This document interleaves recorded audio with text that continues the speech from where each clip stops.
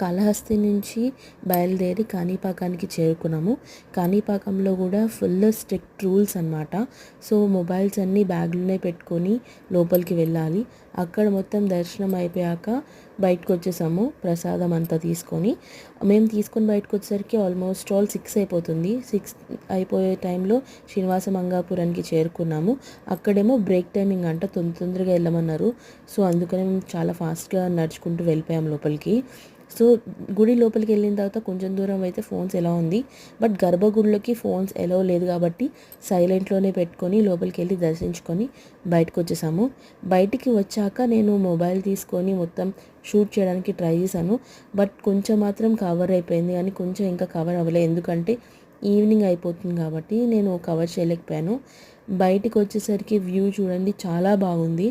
అసలు అప్పటికే కొంచెం ఫాగ్ పట్టేస్తూ చల్లగా వాతావరణం